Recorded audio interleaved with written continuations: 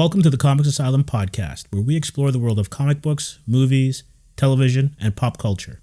My name is Steve Bino, and this week Ed Kuehnel and Matt Entin chat about their comic book miniseries, Wrestletopia. I'd like to welcome to the Asylum Ed Kuehnel and Matt Entin, and I hope I got that correct. Yeah. And Matt, I got to tell you, your background is superb. Thank you. Well, I just wanted to do something special for the show. Excellent. So off the top, I have to tell you, I laughed out loud several times going through Wrestletopia. That's reassuring. It was hilarious, and it kind of took me back to the days when I was like heavily into wrestling, waiting for like Friday Night Main Event and stuff like that. Yeah, that's great. It's always gratifying, obviously, when the comic book connects with somebody, but we hear a lot from people who say, I've never really been into wrestling, or, I was into wrestling really in the 80s or the 90s. And so, I really enjoyed this comic, or, it made me laugh at those, days when I was watching, wrestling in my basement, as a kid. And that's always great to hear. We're always, glad that wrestling fans and people who aren't current wrestling fans can enjoy it. Yeah, excellent. So how did you guys come up with the idea? Well, Ed sort of had the initial concept.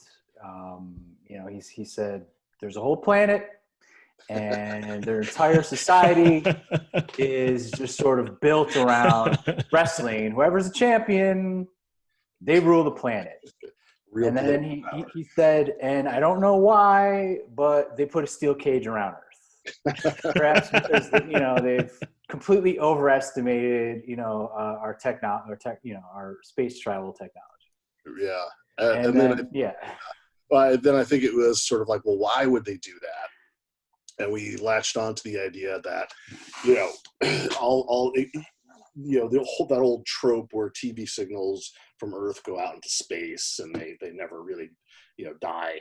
So if a wrestler on Earth, in our story, it's Rock and Roll Rory Landell, cuts a live promo on TV, and he's disgusted because his promoter has promised him, Rory, that he would be world champ, and then he reneges on the promise. So we thought, okay, there's an excuse for him to get up in front of the camera and say, like, I do not care about the world heavyweight. I'm the galactic champion of the universe, brother. And for him, it's just a way to piss off the promoter.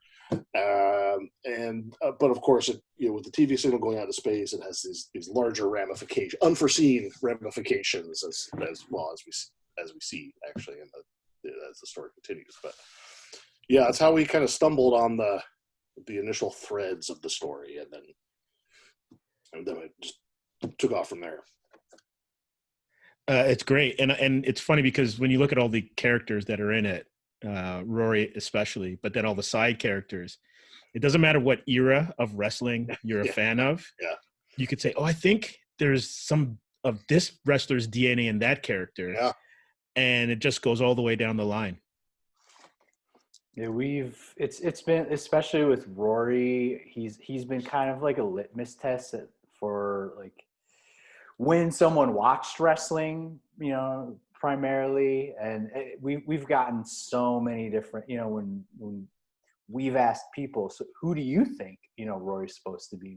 We've gotten, I'm not exaggerating, 20 different responses. Yeah, I can imagine. It's really interesting you say that too, because really a lot of the characters are these amalgams of different gimmicks, different wrestlers, and some of these gimmicks or characters are sort of constant. Like I think about Adrian Polaris, who's a fairly minor character in the comic book, but he is this sort of a androgynous, sort of gender ambivalent, Wrestletopian.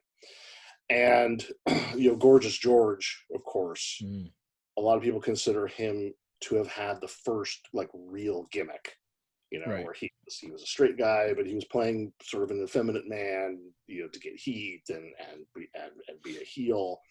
But that gimmick, maybe not treated with a lot of respect in wrestling, but it's persisted.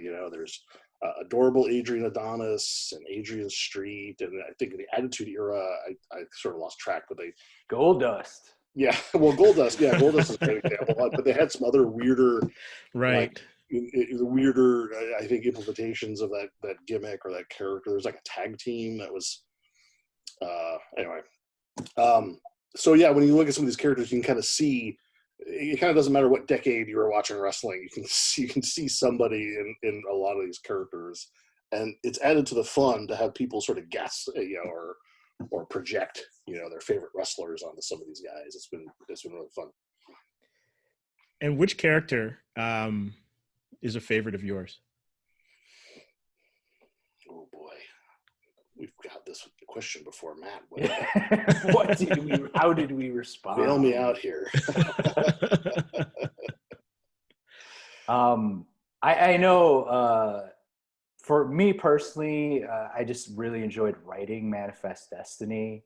Because I got to sort of channel my inner Ultimate Warrior. Right. And I, thank God for YouTube.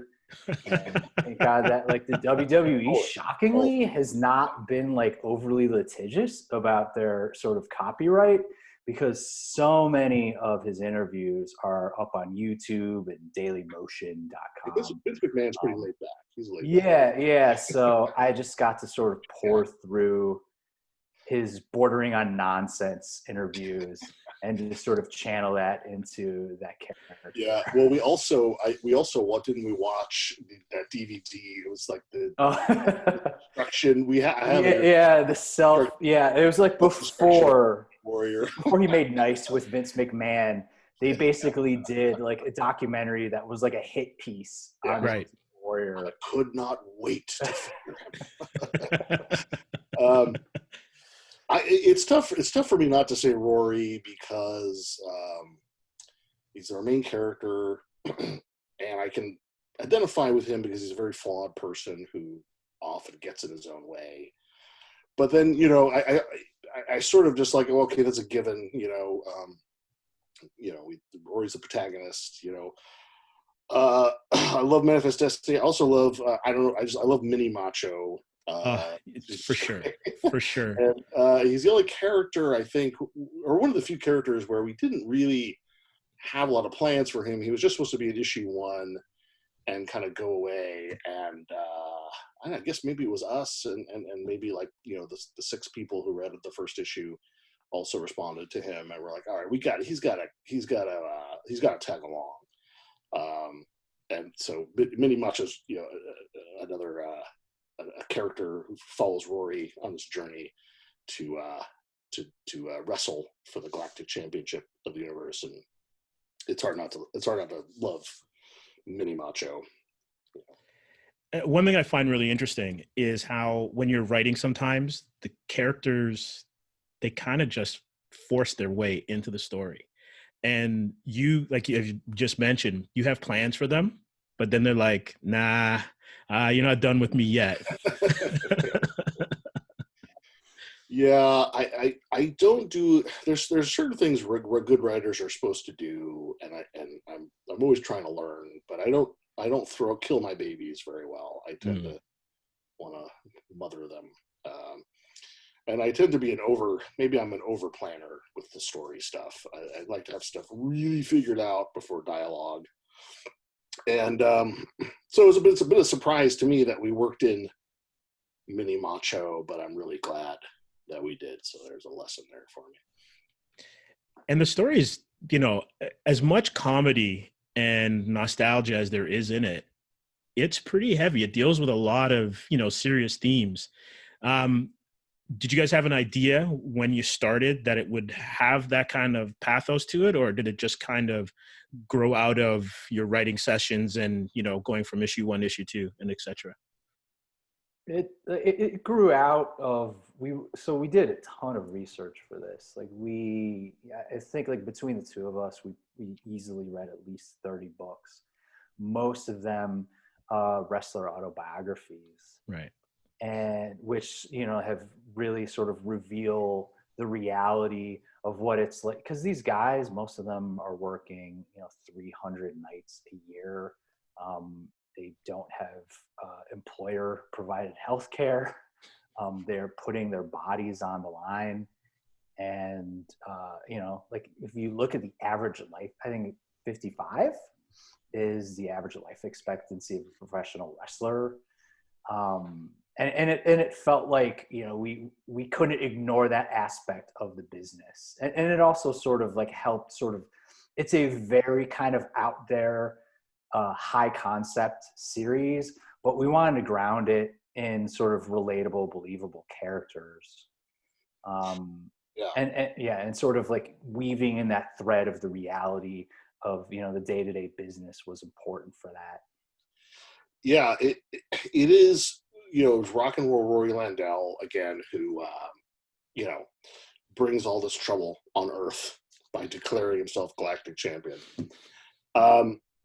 He has this physical journey where he must get to the St. Paul Sportatorium for a Galactic Unification title bout against the Galactic Champion, Manifest Destiny.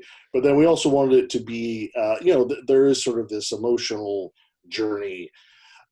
It's his real life sort of heel to face turn, as they say in wrestling. And like Matt said, like when you look, wrestling's a weird thing where it's like, okay, these guys really want to be wrestlers, and some of them get very famous and can make a lot of money, and but they're also just so brutal. It takes such a toll on their body. Like I watch a wrestling match, I don't follow wrestling real closely these days, but I watch like highlights or something, and I'm like, how does any wrestler in the world do one match per year? Like if you do one match, you'd be done. Like that would be it. And they're just throwing themselves all over and jumping all over on the concrete and getting hit with chairs, like Matt said, 300 times a year in the old days. And it's like, Jesus, like how do you do that every night? And so there's a real sort of tragic side to all of this, that especially when you're a kid, like I got really into wrestling when I was a kid. You don't think about that stuff at all. You're just like, oh, this is cool, this is fun, this is neat, this is great. They're not hurt. Look, he popped right back up, he's fine. These guys were just killing themselves for our entertainment. And sometimes when they come to a bad end, we just see that headline. I'm not trying to defend anybody's like terrible behavior, but sometimes you just see the headline of the sad end that they came to, and that's all you see, and you don't see what they went through, or where they came from. And reading like biographies and autobiographies of some of these guys has really helped. You can feel some empathy for superstar Billy Graham when you read his book, and that's Rory is based on a lot of different wrestlers, but he has a lot of superstar Billy Graham's DNA in him. Like Matt said, we wanted to show them as human beings and have some respect for the sport. Yeah, it's interesting because like you, I was really into wrestling when I was younger. It was I guess the closest that you would get to like superhuman feats outside of sports, because jumping off the top rope and coming back, Hulkster with his like kind of feeding off the energy of the crowd, and the personalities were just larger than life. And it's kind of interesting because you look at wrestling, especially late 70s, and then in its, for me at least, heyday when it started really take off in the 80s. And a lot of the personalities and a lot of the ways that they conducted themselves were actually adopted by other athletes. When you look at like how basketball players and football players would conduct themselves in interviews, they were kind of like the wrestlers. And depending on, if you were, I don't know, a Browns fan or a Steelers fan, one of them's the heel and one of them's the hero. Right? So I think you and I are probably close in age, because I started watching. I was lucky enough that even though, late 70s, pre-cable for most people. Mm-hmm. But we had an NWA territory, Pacific Northwest Wrestling. So I was watching wrestling Saturday nights on a local channel. Right. And I was the same way. It was like, yeah, these guys wore masks. They leapt for, they smashed through, like, there wasn't a lot of table breaking, but, they'd get hit with chairs, they'd bleed, they'd leap from, high places, and they'd get back up, and there was good versus evil, and they were like superheroes, the first time I saw like the Great Kabuki or Abdullah the Butcher on TV, I nearly like ran out of the room screaming. They're the bad guys. And it was something else you said about like professional sports. It was really interesting to hear that Muhammad Ali, of course, had a great sort of stage presence in interviews and things, right? He was remarkable. And a lot of wrestlers, superstar Billy Graham and Dusty Rhodes, a lot of wrestlers of that era will fully admit, they're like, yeah, we stole a lot of our sort of interview style from Muhammad Ali. But Muhammad Ali went on the record to say that he borrowed a lot of that stuff from, and we already mentioned him, Gorgeous George, the wrestler. So it kind of comes full circle, right? And it was also interesting. I actually bought that ESPN 30 for 30 about Ric Flair. And I was really surprised when they talked about how many modern day young, like NFL, NBA players love Ric Flair, first of all, but will imitate his interviews to get like they're getting hyped right before the game in the locker room, and they'll start like doing Ric Flair's promos and to get each other like super psyched. And I'm like, it was like, how are you a 22-year-old athlete and you even care who Ric Flair is? It's crazy. So well, I think, like, once you're part of the pop culture universe, there's no way to kind of escape it. And then when you see what I guess the good vibes that you get from it, the attention that you get from it, it's kind of hard to ignore it. And getting back to something you guys mentioned earlier, the wrestlers, like, must have been a grind, and it must be a grind. I'm not sure how bad it is today. It's just as bad. Yeah, I can imagine, right? Yeah. But like, I think of like, okay, you're a boxer, you fight twice a year, maybe 3 times a year, if you're lucky. And these guys are going, day after day. And is there concussion protocol? What you said, there's no governing body in terms of their health. So, you really got to feel for them. And unless you're one of these breakout stars who've then moved on to Hollywood, such as The Rock, John Cena, or you're kind of just doing this for the love of it and hoping to get through. Yeah. Or some of these guys, it seems for a small percentage, but they have enough power, enough star power to kind of say no sometimes, to the fan or whatever. But that's far, it seems, from the majority of these guys. I remember reading somewhere, I can't remember what book it was, but they were talking about how much time these guys spent on the road.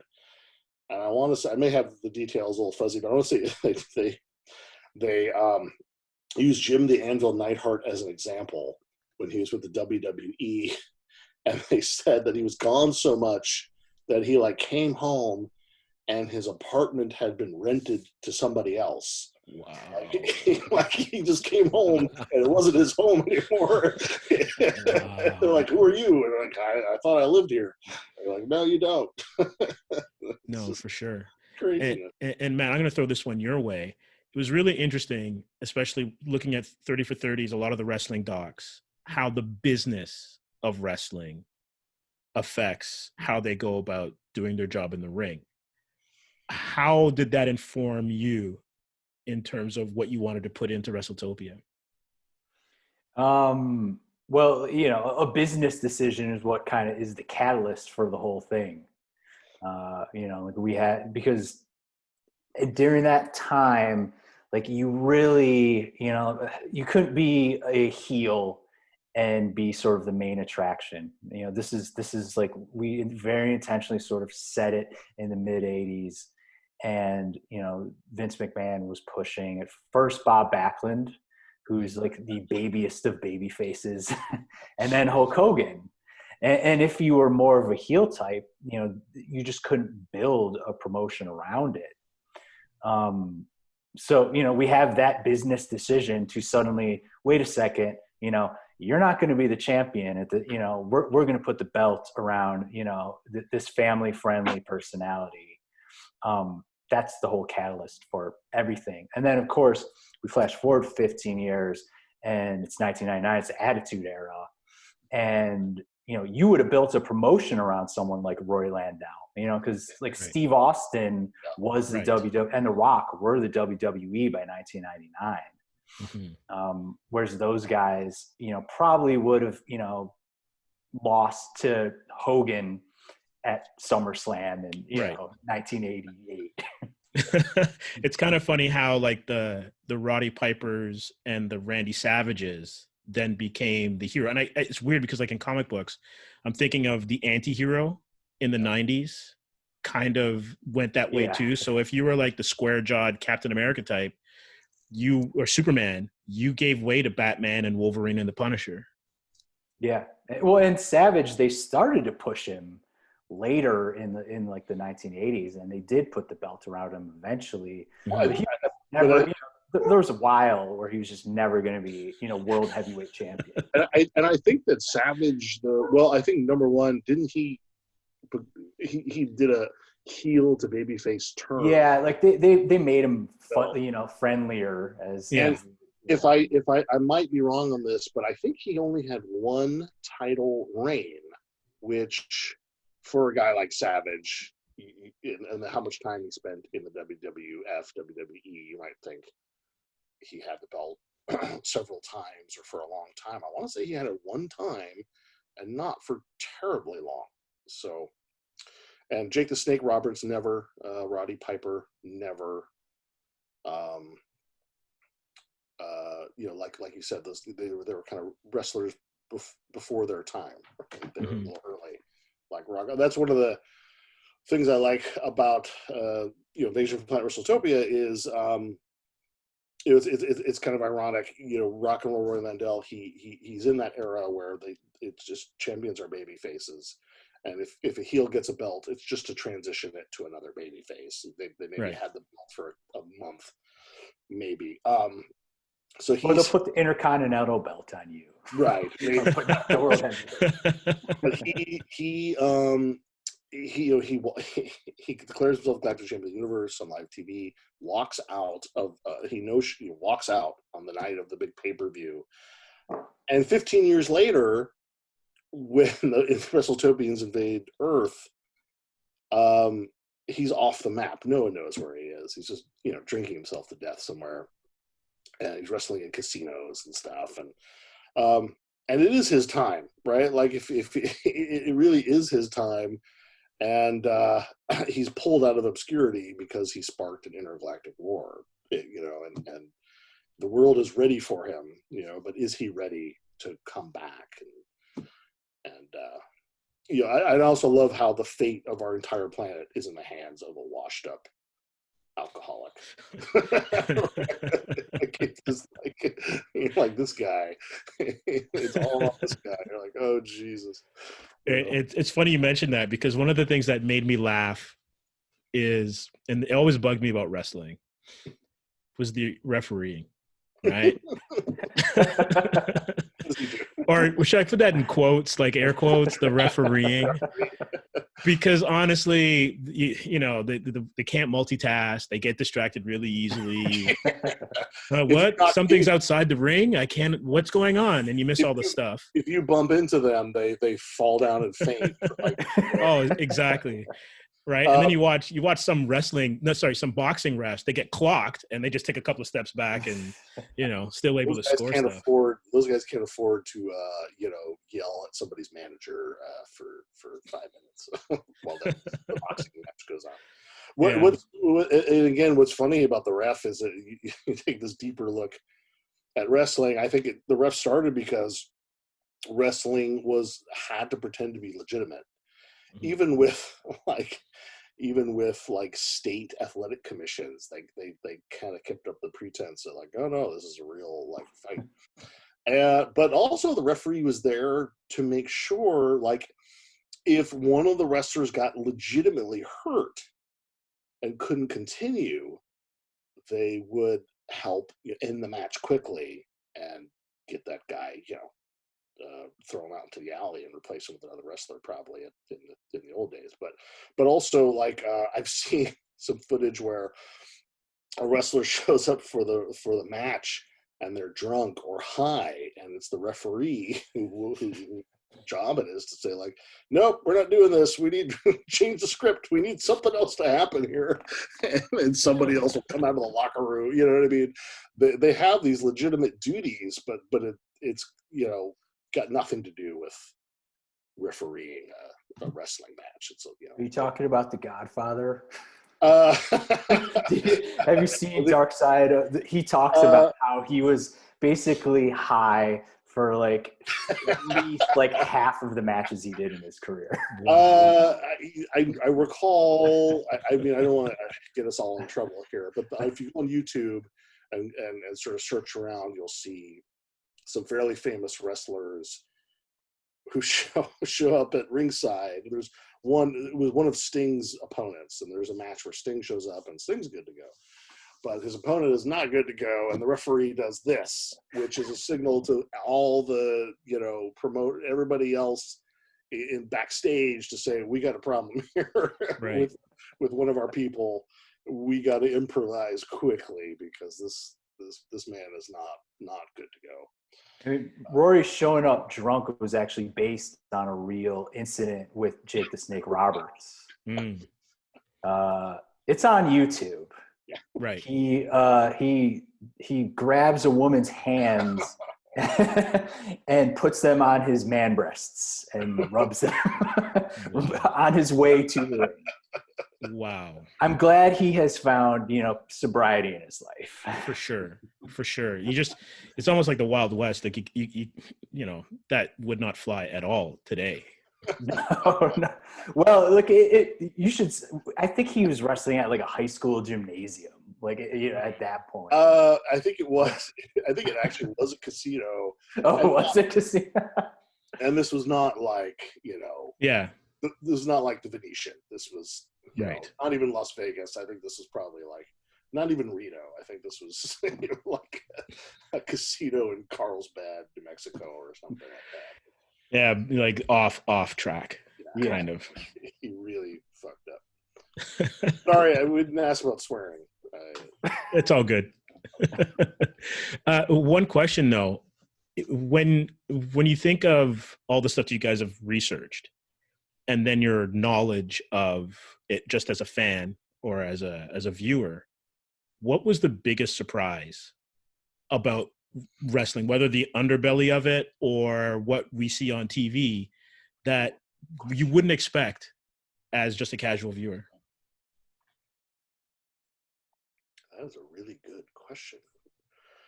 Biggest surprise. I know that for me, there was a certain point in time, I watched wrestling in the 70s and 80s, super obsessed with it, and then grew to be of an age where I kind of realized, okay, like, actual fights last like 30 seconds. Like, this isn't, these aren't, but then come like, I want to say late 90s, early 2000s, the whole idea of a shoot interview became popular on YouTube.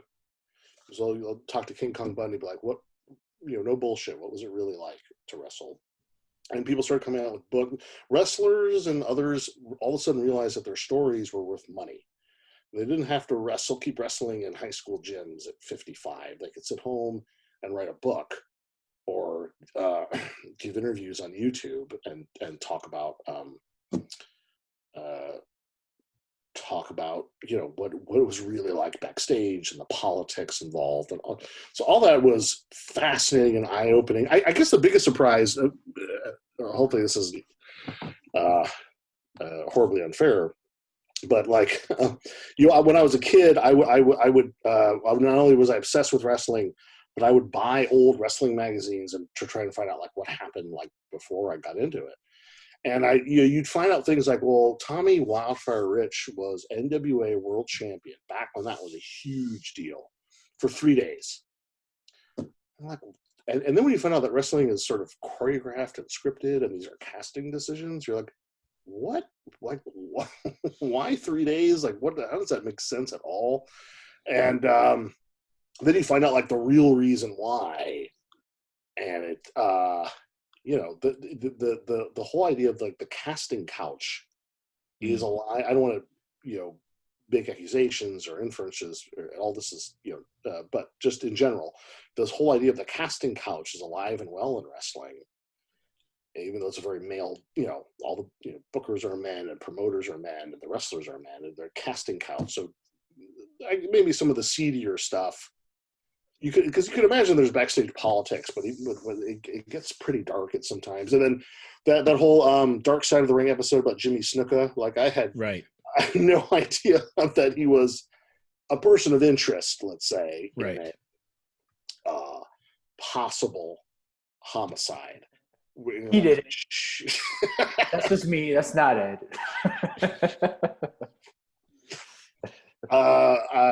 You're like, Jesus, I just thought he was a cool guy that, jumped off the thought he was a cool, top turnbuckle. Yeah. I just thought he was a cool guy. I mean, some of that stuff is just it gets pretty dark. And like you said, when you're a kid, you're just watching this stuff and enjoying it and not realizing it was an outlaw culture. And I think wrestlers didn't. They came out of this wrestling sort of came out of the circus, and they had a sort of a real carny sort of mentality, like, what happens in wrestling stays in wrestling, and it could get pretty dark, and that was surprising. And Matt, what about you? This just something we referred to earlier. It's just like the schedule. I had no idea these sort of brutal schedules that they had to keep, that these people were working over 300 nights a year, because growing up, you see, 2 matches, maybe 3 a week. And of course, you weren't aware of all the dark matches they were doing, the ones that weren't televised. So, I mean, the idea that, so many of these people, in order to just do their jobs, become, addicted to like drugs, prescription or otherwise, and alcohol, is just like a natural outgrowth of the damage that they do, to their bodies, and just the psychological damage of just having to be on the road for such an extended period of time, especially, for those, with families back at home, their kids, they just don't get to see their children grow up because they're working so much. And you do touch on that in the series, in the miniseries, because with Terry, Rory's dad. Exactly. There's a toll on this as well too, a human emotional toll. Yeah, it's a lot about it's weird again to sort of feel sorry sometimes for people who have made it, because you wouldn't be talking about them if they hadn't kind of made it to one degree or another. But like, musicians, like they have to go on the road to make money. They can't stay home and fill arenas every weekend. They have to go away, and that's got to be rough. Like wrestlers or musicians or anybody like that, it's tough on gotta be tough on them and their families. It's pretty crazy. Yeah, I especially since if you're in that upper echelon, right, of athlete, you're compensated well enough for whatever you're doing, but your career, but it's like if something like football, something as physical as football, 3 to 5 years, and then you're back home, right? Yeah. A lot of these wrestlers are doing this a decade plus, right? Yeah, and probably aren't in palatial homes where at least their families can say, well, this is what it has been provided for us. Yeah. Yeah. And that's why these guys end up, unlike football players, end up still wrestling often into their early 60s because it's all they've done their entire lives. It's the only skill set they have, and it puts food on the table. And unfortunately, you're right. Unless you were Hogan in a past life, you're not making enough money to retire on. Right. And no pension. No, no pension. No, as I said, no health care provided by your employer. This is not a call to for the industry to unionize, but I do think they should unionize. You've gotten us in enough trouble already. Well, it's kind of interesting that you mentioned that, because I think of any industry has a resource, right?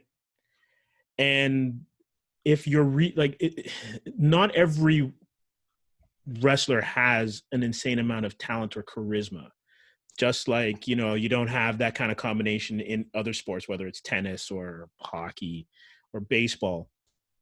And yet it's hard to break in and capture the imagination. But unless you actually strike oil, or, you find El Dorado, you're chasing the brass ring that keeps getting further and further away from you. Like, I couldn't imagine playing a heel for 15 years. Yeah. It's funny, though, that this is very unscientific, but it seems to me like the heels seem somehow more well-adjusted at the end of it. Like, I think there's maybe something about a heel, or being a heel, that in real life makes you mostly kind of a nice person. You know what I mean? Like, when you hear people talk about wrestlers, one thing they always say is, "Oh yeah, that guy, he played, he's the most awful person on television, and in real life, like Roddy Piper." Like, he actually, so I live in Portland. Roddy Piper lived in a suburb of Portland for many, many, many years. He made his home here. And you'd always, if you've ever bumped into anybody who knew him or worked with him, the nicest guy in the world.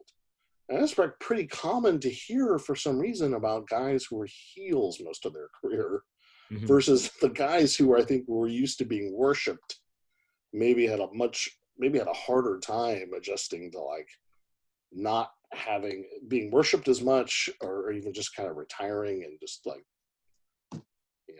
having to get a normal job, and that was maybe really, it must be difficult, right? You won't hear a lot of kind words said about Hogan by his fellow performers. Even pre when the video came out, like, there was still a lot of animosity towards him. Yeah.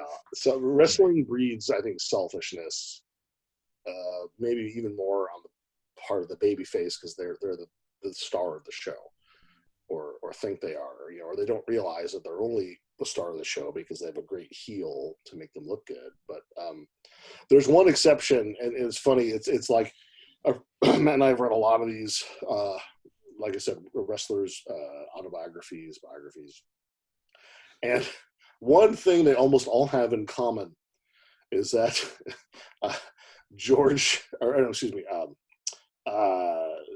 Greg the Hammer Valentine seems to be a total prick. Oh, really? Okay. Like every book. I swear every book is like, I think the last one I read, it was that's like, the consensus, eh? Every book, it was like, I think it was one book, last book I read, it was, I think Diamond Dallas Page, like, man, I was a young kid and I went to a show, and man, it was so great, and I was just obsessed. I wanted to be a wrestler so bad. And after the show, we walked down the street, we saw Greg the Hammer Valentine on his hotel balcony smoking a cigarette. We said, "Hey, Greg the Hammer Valentine, man, how do you get to be a wrestler? I want to be a wrestler just like you." And Greg the Hammer Valentine looks at them, takes a drag on a cigarette, and says, "Fuck off." And it's like every book has a story. Total dick, no matter who's writing the book. Oh man. He's consistent, I guess. I don't know. And going back to the miniseries, the artist. How did you guys or did you have any input with the character designs? Yeah, we did. So Dan Scotty did the first 3 issues. So he really designed sort of the core cast, and then Kendall Good picked up on issue 4. So whatever characters were introduced from issue 4 on, he designed. Yeah, like we had like a lot of very sort of specific reference points for them. Right. We provided a lot of imagery, very sort of vivid descriptions. And we gave them just a little bit of leeway because you don't want to handcuff them too much, right, to like a document that you've written. I think we did it. You'd have to talk to Dan Scotty, who was the primary artist on books 1 through 3, and then Kendall Good on 4 through 6. Because the whole miniseries is done, and you can buy it on Comixology if you want to. But Matt and I come from the video game industry, that's our day jobs. We write for video games, and we're used to working with artists and kind of telling them what's important for the story as far as a character goes, even in regards to their look, like what's real relevant to the story, and a general idea of kind of what we had in mind. But also, I think we're pretty good at letting them just drop some sketches and have us take a look and see what we like. For this miniseries, what was Matt and I, we have a publisher in Starbirds Industries Press, but we still kind of pay for everything, right? Like we paid the artists, all the artists got paid, so we we had a lot of the creative freedom to do whatever we wanted, and we were also sort of as co-creators, I guess we were sort of, I don't know, the creative directors of the comic book. So we had a great deal of input into everything. And it was really great. We don't get that kind of freedom on most of our projects. So it was really, really refreshing, really fun, at least for us. Have to ask our artists how fun it was for that.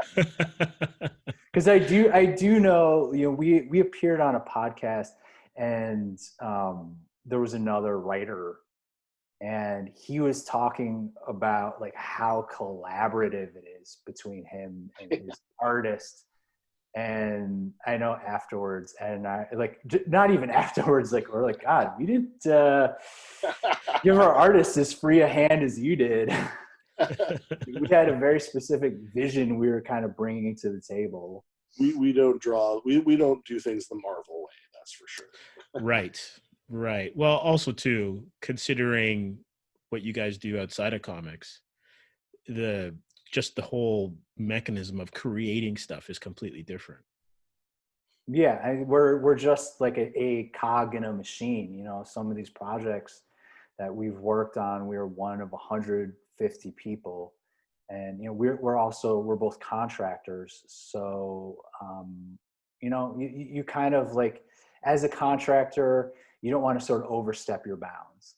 So especially like since both of us sort of just became freelancers, I don't want to step on the toes of the artists. Like when I help create a character, I offer as much input as I can get away with, but I'm a lot more sort of like, I keep quiet a lot more, I keep my opinions to myself a lot more. Whereas here, it's like, Ed and I are paying the bills, like this is like our only opportunity to speak up. Yeah, but they really, the artists would draw something, and there was not a lot of back and forth. Most of the time, they kind of like, the first time out, they understood what we were talking about, and we didn't have a lot of revisions on most of the character designs. And they also brought like sort of unique little thing. Like it was like such a small thing, but I thought it was genius. And Ed and I didn't even think about it, was 3D, having them have like split red and blue ring costumes, which was great. And that was all Kendall. Like that was totally nice. Kendall's idea. Well, that's the beauty of collaboration, right? Like Yeah. sometimes you come to it with what you've got, and just a different perspective can totally add so much. Yeah. Yeah, and when it came to like panel descriptions, I think we'd be pretty specific with the action because we felt a responsibility to do that work, right? Right. So like, we had an action sequence. We were real specific on what should happen, but we would not get into cinematography, especially for non-action scenes, and we would just let the artist draw. We'd break things down by panel and what's going on, and we'd let the artist do their pencils, and we didn't demand a lot of changes. They did great work, both of them, and the colorist Gio Butler, Marissa Louise, Jason Lewis for issue 4, and the letterers, Dave Lamphere and Sal Cipriano. I mean, we hired professionals, and we got they did a fantastic job, like you'd expect. Yeah, it looks great. Like from the script, and then I gotta just mention the wrestling moves, like the way that the artists were able to actually capture the wrestling moves. Yeah, were fantastic, and top to bottom, it's just a fun read. But I think the thing that had me, I was surprised because I didn't expect to see these, were the ads that you guys came up with. They were bonkers funny, man. They were just hilarious. Those were really fun. You guys must have had a great time coming up with them. Yeah, that was, well, I believe this all kind of came out of a conversation, and Ed, correct me if I'm wrong, the conversation that you had with Kelly Sue DeConnick. Yeah. About offer, like if you're going to do individual issues, or as they call them in the biz, floppies, Mm-hmm. you need to offer something a little extra to get people to want to make that purchase. And Bitch Planet, which is a series Kelly Sue DeConnick did for Image, actually had more sort of these like classified ads in the back of some of her issues. And, like both Ed and I have like extensive like wrestling magazine collections from the 80s and 90s. And so we were just kind of like flipping through them, and we're like, oh God, this is like exactly, the sort of ad that you would see in like every other issue of Pro Wrestling Illustrated. We should do some sort of parody of that. Yeah. So the single issues on Comixology, which are, we have those out there on Comixology, and obviously it's digital only right now, but they do have that content you're talking about that's exclusive. We're not going to reprint that stuff into the trade. The trade will have its own exclusive sort of bonus content, but hopefully it's an incentive for some people to get those single issues on in digital, and maybe someday we'll get those in print. But the plan is right now a collected volume, a trade, and we'll have a Kickstarter in, we believe, March, where we'll we'll do a Kickstarter to get the trade in print. And so a lot of people said they would love to get the book in a physical form. So yeah, for sure, that'll be people's opportunity.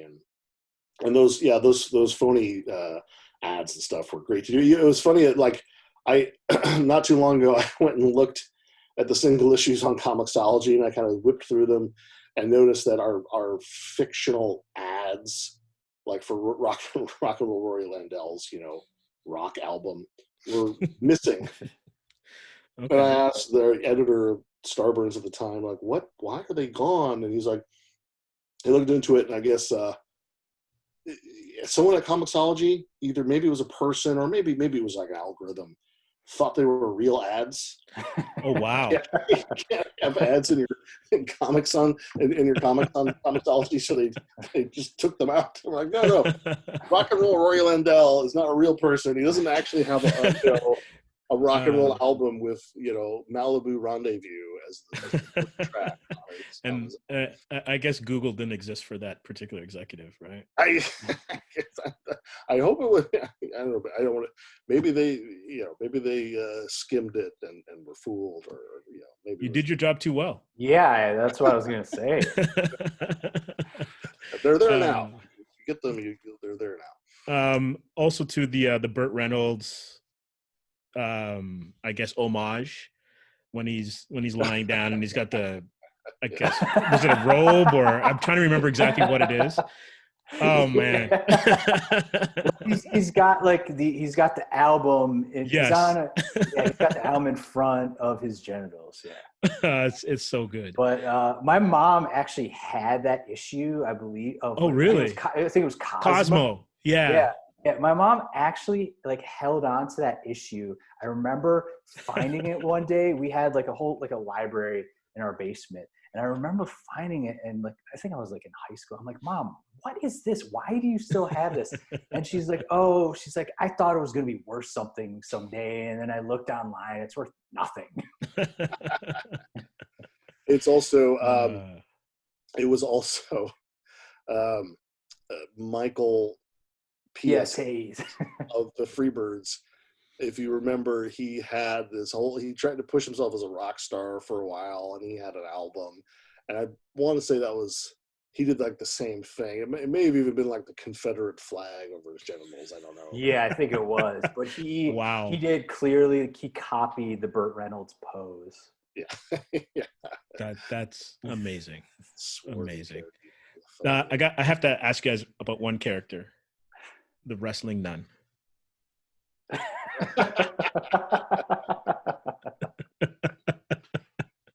I don't know where that. Well, we wanted.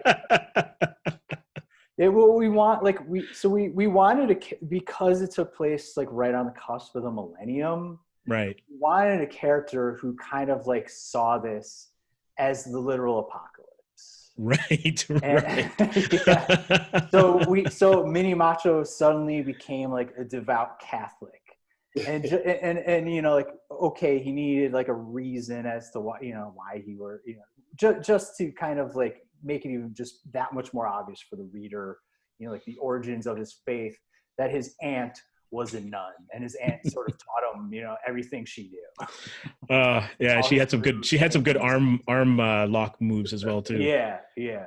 Oh my gosh, I have to admit, when I saw that one, I kind of lost it. It took me completely out. I was just laughing. Yeah. So, sorry, go ahead. No, I was just saying, in Mexico, wrestling was so huge in Mexico, and I think part of it also was, at least I think in the 70s and the 80s, it appealed massively to blue collar dudes, but there was a smaller but very strong contingent of fans that were elderly women.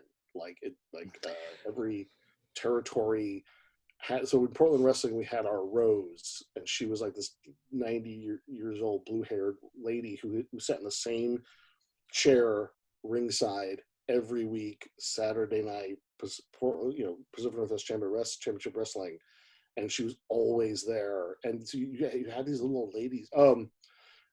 Another example I find hilarious is Jimmy Carter. Okay, he's elected president, and his inauguration's coming up, and I imagine this is what I imagine the conversation to be with his mom, his elderly mom, and he's like, Mom, my inauguration's coming up. It's in D.C. There's going to be, governors and senators and heads of state and celebrities, and who would you like to meet? And apparently, her answer was Mr. Wrestling 2, who was an ex-wrestler of the era and a big star in the South. The legend has it that Mr. Wrestling 2, a masked wrestler, was like, well, yeah, I'd be happy to meet President Carter's mother, but I can't take my mask off in public. We can't do it. Right. So he met her unmasked privately without cameras. And imagine you're Jimmy Carter. You're like, come on, Mom. You can meet anyone. Robin Williams, Burt Reynolds, you can meet anybody. Right. And no, I want to meet Mr. Wrestling too. So little old lady. There's a photo of Carter with Mr. Wrestling 2 from that same meeting. Yeah. But like you can see the photo of like Lily and Carter like backstage at a match, and you think like I don't know what ex-president was alive at that point. Ford and Nixon. Well, okay, but you'd think she were meeting like the Queen of England, and right. She is just like completely in awe of Mr. Wrestling, not one but two. I can only imagine what the conversation with the Secret Service must have been before that photo too. Oh man, but it shows you the mass appeal of wrestling, right? Like I think it's about as tribal as you can get. It gets to the core of what makes us who we are. And I remember as a kid watching here in Toronto, there would have been Maple Leaf Wrestling, which was out of Maple Leaf Gardens. And I remember those old ladies too. And they were some of the most passionate fans. Oh yeah. They were all the way in. Oh, totally bought into it. For sure. And has the fan base changed as wrestling has, I guess, matured? It's tough, because neither of us really. I still I follow the news about what's going on, and we follow a lot of wrestlers and wrestling sort of blogs on Twitter, but I don't really watch anymore. I think what's been interesting to me, since we launched this series, we've been sort of introduced. Like I didn't realize how varied the audience for wrestling is, and maybe always was, because it was very much like when you're a kid you just think it's all male, and there's like a not in we've been talking about the little old ladies, but there's a not insignificant percentage of female viewers and female wrestling fans. And just like it's been really interesting seeing this, who's been responding to this, and like who's sort of come out as wrestling fans. It seems to be like just about everyone from every walk of life, from every background. And I don't know if that's like a more recent development or it always was that way. It tends, I think, to focus on how it was toxic for little white kids in the suburbs. It tends, I think, to change from decade to decade a little bit, and there's also different brands. Like there's wrestling that's a little more family friendly, and wrestling that just really solidly appeals to young sort of or a blue collar crowd. There have always been, I think, more women in watching wrestling than we give credit to. It seems like nowadays there's a lot more young women that are really into it, but it does seem to change, right? Like it does seem to change from decade to decade and era to era, and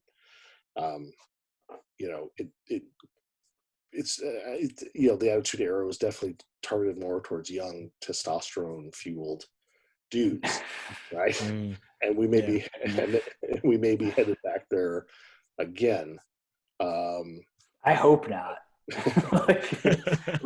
Rewatching the Attitude Era, and that's I was huge into wrestling at the time. Like it has not aged well.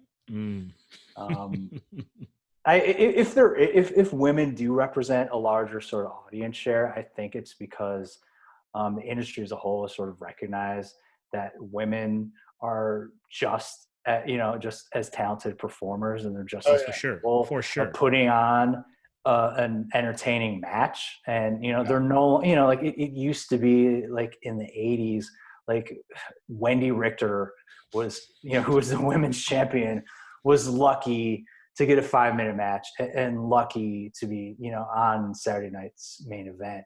Whereas now, like I wouldn't say it's like 50-50. I don't think we've completely reached parity, but like women have completely become an industry force in a way they weren't even like 10 years ago.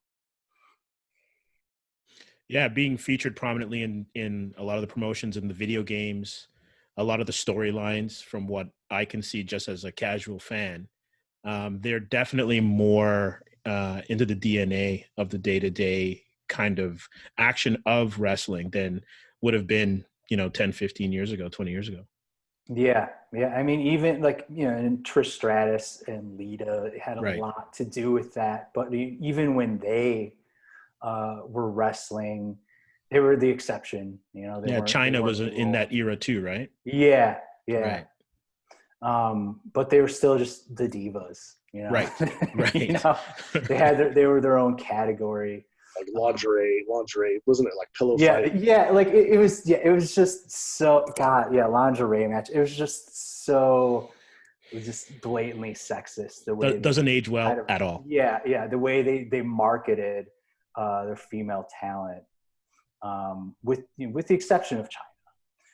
Right. But now you don't have to be you can be like a Nikki Cross type and get pushed by upper management. You don't have to sort of, fit these stereotypical sex pot roles that women were sort of relegated to for, most of the history of the industry. Right. And I guess the forgotten element outside of the announcers are the managers. Yeah. I remember Slick. Reverend Slick. Oh yeah. Captain Lou. There were just like some just ridiculous characters that just made the show. Yeah. Yeah, we have Don Fong Wong, who we reveal very early on. His name is Don Kalani. He is not Chinese. He's Hawaiian. He's native Hawaiian. Yes. And kind of, like he hates the stereotypical role he's kind of been thrust into, but he just sort of accepts it as a reality of the business. Like some of those, like, it's interesting because Roy really is one of those guys who could probably stand on his own. He has enough mic skills that he could probably just go on his own. But it's funny, like often they would match up the guys who were just terrible on the mic. That's why like Brock Lesnar has Paul Heyman, Right. Or Andre had Bobby Heenan. Yeah. True. Bobby the Brain. You needed someone to hype up the match. And, Paul Bearer, I think, was another one. Yeah, because The Undertaker just barely spoke when he debuted. Yeah. Yeah, totally. But a lot of those guys anymore. And I have heard that Vince McMahon doesn't love managers these days, so they're not very prominent, which is a shame. Well, it's interesting though, because I'd watch clips, and it was almost like Vince McMahon is almost like Jerry Jones in a way, and I'll explain what I mean by that. If Jerry Jones could put on a helmet and coach and do all the stuff that his players do or that his coach does, he would be the happiest man in the world.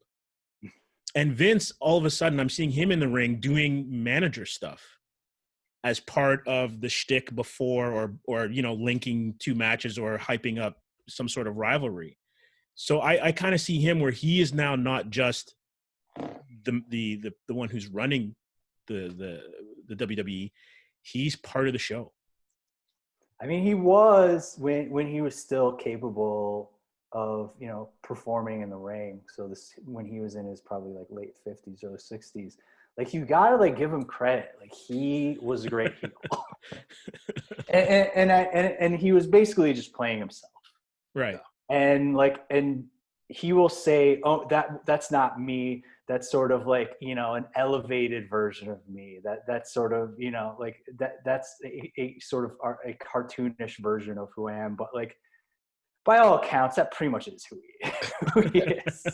Like, I think he's every bit as horrible as the Mr. McMahon persona.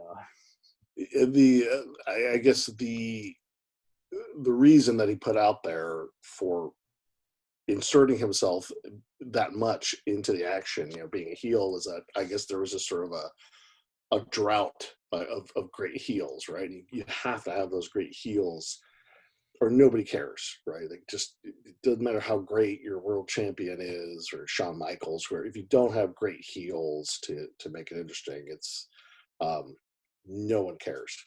And sometimes if you don't have that person, it could be disastrous. So he put himself in there. Yeah, you got to give him credit. He was a billionaire, I think, even then, and let himself get hit in the head by folding chairs. It's and there is a great folding chair scene in Wrestletopia. I'm not even going to say anymore, but oh no, it's been out long enough. Don't worry about the spoiler fence. You can hop the spoiler fence. Oh man, well, I'm gonna hop it off the top turnbuckle. I'm gonna do like a Bret Hart into the ring with that one. It was so, like, you didn't see it, and then you're like, classic. It was too good. We did.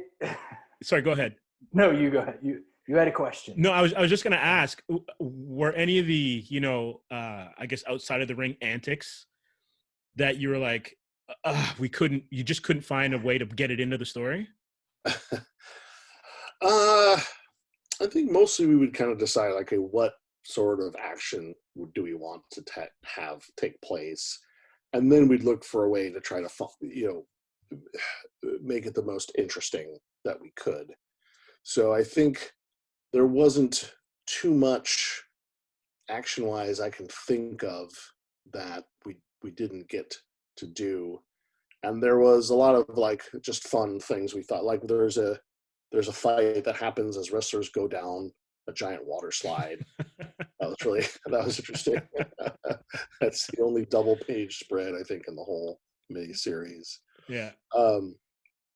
Yeah, no, I think it was just a lot of fun looking at stuff on YouTube and sending the artist links to just crazy things, and also it was a good excuse for me to buy some wrestling action figures and, like, wrestle them to try to figure out, like, okay, how would this work? Like, what cool thing can we do if I can do it with these action figures? And they should be able to draw it, right? Speaking of, I was thinking of the folding chairs. We did have, I don't know, this definitely like a cutting, room floor moment where the Wrestletopians had to rearm themselves. And rather than going to a gun shop, they go to, like, a furniture store or something. Yeah. There is one thing that we didn't do because there was no reason for it to happen. And maybe if we do, more stories. But I just had to imagine, you ever watch one of those movies and there's a giant battle scene like Game of Thrones or something, right, with two arms. So I just imagine, like, two armies of rival Wrestletopians running at each other screaming, and instead of, like, shields and swords, they all have, like, tables and chairs, and they're all just like two giant armies of wrestlers. Battle Royale. Yeah, colliding together, and then they start to wrestle. Well, yeah, we'll save that one for the next. I think the sequel. I think you have a scene in the sequel already. Yeah, there were a lot of aspects of Wrestletopian culture we just didn't have an opportunity to explore, but that's great because like, if we get to expand on the Wrestletopia universe, it feels like it's ripe with possibilities. Oh, for sure. Now I have to ask you before we go, your favorite wrestler, your favorite all-time wrestler. And I'm going to start with you, Matt. The gobbledygooker. Just kidding. It was played by, I believe, Hector Guerrero of the famous Guerrero family. No, mine is Macho Man. To me, he was the total package. Just incredible in-ring abilities and, just a completely original persona. His mic skills, even though much like the Ultimate Warrior, his interviews barely make sense. There's just, they're beautiful. Like Yeah. I don't want to go so far as to compare him to James Joyce, but he definitely had his own way with the English language. Right. Yeah. Yeah. I would have to go. I mean, it's really hard to narrow it down to one. I'd have to probably though go with Dusty Rhodes. To remember seeing him first. We got cable pretty early on in the 80s, and then because of Georgia Championship Wrestling was on Superstation WTBS, that channel just became a cable channel nationwide, and so you could watch I want to say 3 hours of Georgia Championship Wrestling on Saturdays, and I was just in love, and Dusty Rhodes was so freaking great, and I can remember tuning in one Saturday when they announced that he had won the NWA title, and it might have been his first world title run, and I remember just it was like it was like the greatest thing ever, right? It's so exciting. So I'll have to go with Dusty. Not very original, but